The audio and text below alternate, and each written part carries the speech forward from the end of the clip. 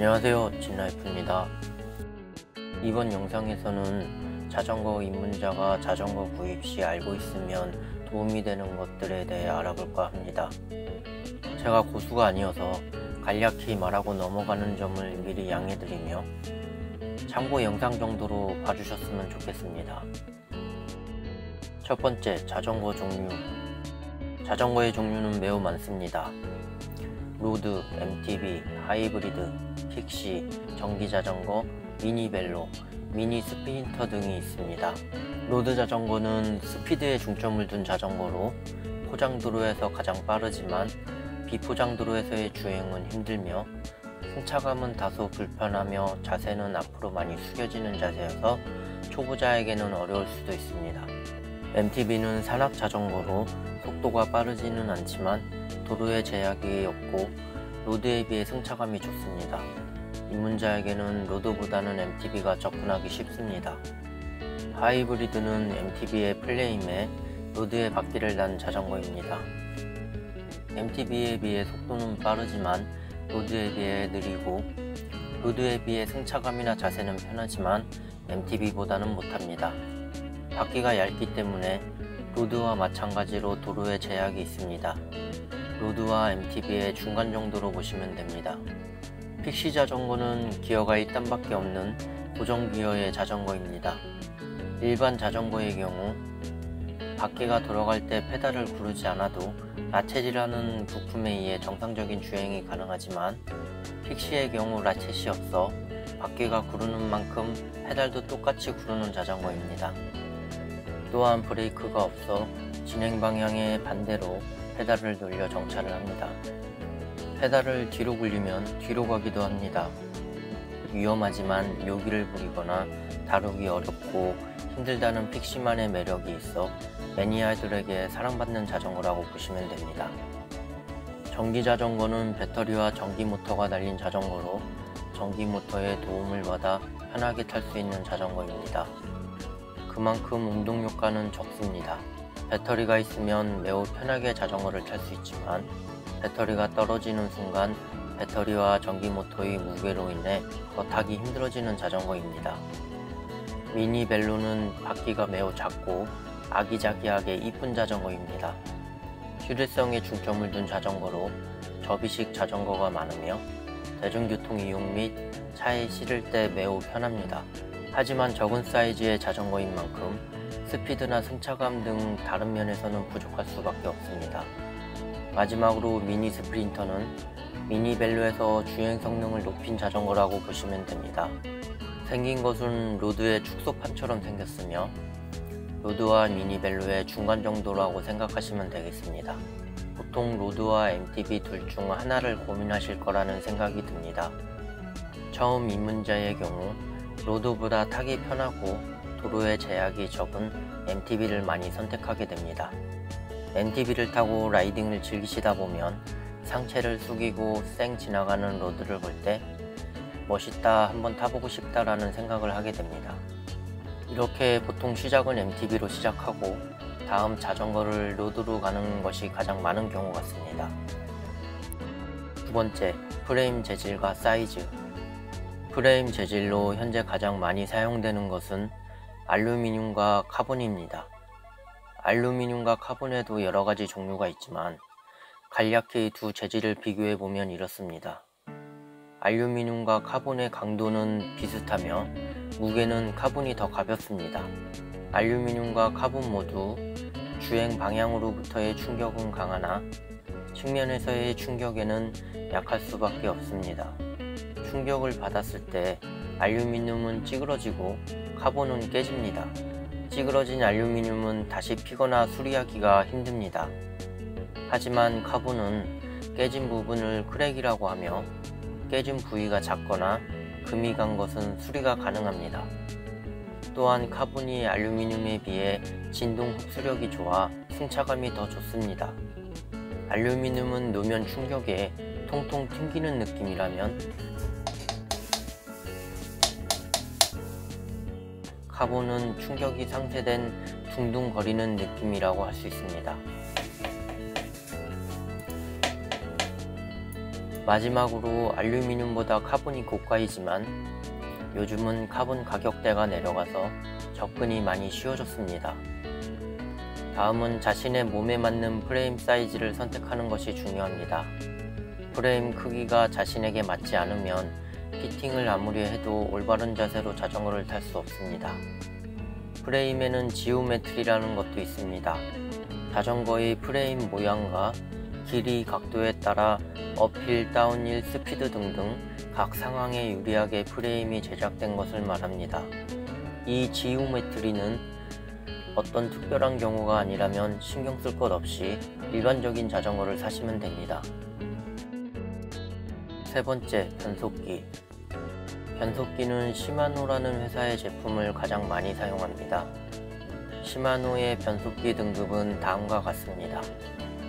로드와 MTB 변속기가 따로 나오며 등급이 올라갈수록 기어 단수나 기능이 추가되고 가격도 비싸집니다. 변속기를 볼 때는 자전거 변속기 부품이 모두 같은 등급으로 구성되어 있는지 확인이 필요합니다. 간혹 단가를 낮추기 위해 앞과 뒤에 등급이 다른 변속기를 사용하기도 합니다. 호환만 잘 된다면 크게 문제는 없겠지만 구매 전 알고 구매하는 것과 모르고 구매하는 것은 기분부터가 매우 다를 겁니다. 이 변속기의 역할은 자전거 페달을 굴리는 데 힘을 상황에 맞게 효율적으로 바퀴로 전달하는 것입니다. 페달을 최대한의 힘으로 한 바퀴 돌리는 힘을 100이라고 한다면 이 힘 100을 이용해서 바퀴를 20바퀴 돌리느냐 2바퀴 돌리느냐를 조절하는 겁니다. 20바퀴를 돌리게 되면 한 바퀴 돌리는데 힘이 5가 들어가고 5가 들어간 힘으로 20바퀴를 돌릴 수 있습니다. 2바퀴를 돌린다면 한 바퀴에 50이라는 힘이 들어가고 2바퀴를 돌릴 수 있습니다. 즉 페달을 돌리는 힘을 좀 더 바퀴를 많이 돌려서 속도를 높이거나 바퀴를 적게 돌리는 대신 힘을 더 많이 들어가게 해서 언덕을 올라갈 수 있게 하는 겁니다. 변속기의 단수가 많으면 상황에 따라 힘을 바퀴로 전달할 수 있는 최적의 단수를 맞추기 유리해집니다. 하지만 가장 중요한 사실 한 가지는 변속기를 좋은 것을 쓴다고 해서 무조건 더 빨라지거나 언덕을 쉽게 올라가는 것은 아닙니다. 잘 생각해보면 우리는 어차피 페달 한 바퀴 돌리는 힘 100을 가지고 자전거를 탄다는 것은 변하지 않습니다. 만약 여러분이 자전거를 열심히 탔더니 페달 한 바퀴 돌리는 힘이 늘어서 200이 됐다면 100의 힘을 가진 사람이 아무리 좋은 변속기를 달고 있다고 해도 여러분을 이길 수 없을 겁니다. 변속기는 힘의 효율성을 높여 도움을 주는 장치이지 파워 자체를 높여주는 장치가 아닙니다. 고가의 좋은 자전거를 탄 일반인들이 저가 자전거를 탄 선수들에게 절대 이길 수 없는 이유입니다. 엔진 자체가 다르고 이 엔진은 자신이 운동한 만큼 늘어나기 때문입니다. 이런 점이 자전거를 더 매력있게 만듭니다. 네 번째, 브레이크 종류. 가장 오래됐고 많이 사용되고 있는 것이 V브레이크입니다. 브레이크 레버를 당기면 와이어가 당겨지며 바퀴의 림 부분을 눌러 제동합니다. 정비가 가장 간편한 방식입니다. 요즘 많이 사용되는 브레이크 중 제동력은 가장 낮지만 가장 가볍습니다. 가볍다는 것은 스피드를 즐기시는 분들에게는 큰 장점입니다.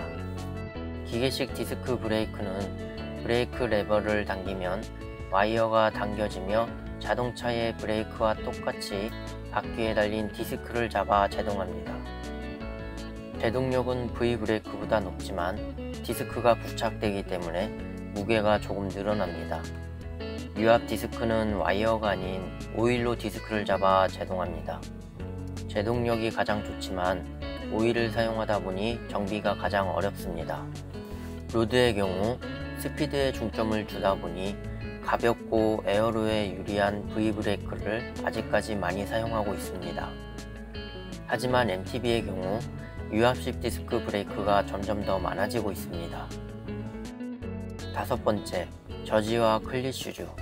저지란 로드를 타시는 분들에게서 많이 볼 수 있는 몸에 딱 붙는 기능성 옷입니다. 몸에 딱 붙어 에어로에 유리하기 때문에 스피드를 즐기는 로드 라이더 분들이 많이 있습니다. 자전거와 함께 있으면 멋있지만 자전거가 없으면 살짝 민망해지는 옷입니다. 클릿 슈즈란 쉽게 말해 페달에 발을 부착할 수 있게 해주는 신발입니다. 클릿을 사용할 경우 페달도 클릿과 호환이 되는 페달로 바꿔줘야 합니다. 클릿 슈즈를 쓰는 가장 큰 이유는 힘의 전달력 차이 때문입니다. 일반 신발을 신고 페달을 눌리면 누르는 힘밖에 쓸 수가 없습니다. 하지만 클릿 슈즈는 페달에 발이 고정되어 있어 누르는 힘과 당기는 힘까지 함께 사용할 수 있습니다. 클릿 슈즈에 익숙해지면 일반 신발로 자전거를 탔을 때보다 페달링의 효율성이 30% 증가한다는 말이 있습니다.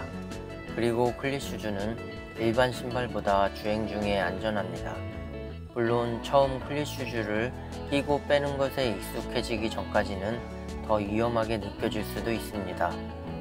하지만 정상적인 주행 중에는 노면에서 오는 충격으로 페달에서 발이 미끄러지거나 떨어질 일이 없기 때문에 훨씬 안전합니다.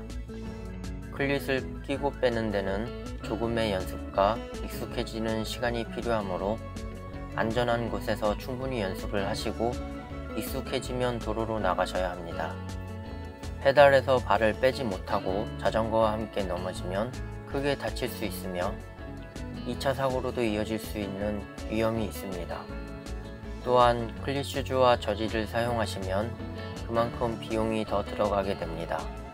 처음 시작하시는 분이라면 저지와 클릿 슈즈에 대해서 파악 정도만 하시고 일반 옷과 신발을 신고 자전거를 타도 즐기시는 데는 전혀 지장이 없습니다. 마지막으로 자전거 구입 시 피팅을 해주는 곳인지 피팅에 어느 정도 지식이 있는 곳인지 확인하시면 피팅 비용을 절약할 수 있습니다. 또한 간단하게나마 피팅에 대해 알아보고 가시면 많은 도움이 될 겁니다. 헬멧과 LED 라이트 같은 안전장비는 선택이 아닌 필수사항이므로 꼭 다셔야 합니다. 보통 LED 라이트 정도는 자전거 구매 시 서비스로 주십니다. 이상 제가 자전거를 사기 전에 나름 열심히 알아보고 공부한 내용들을 정리해봤습니다. 이미 자전거를 타시던 분들은 대부분 알고 계시는 내용이겠지만 자전거를 이제 막 시작하시는 분들에게 조금이나마 도움이 되길 바라며 만들어봤습니다. 시청해주셔서 감사드리며 좋아요와 구독 부탁드립니다.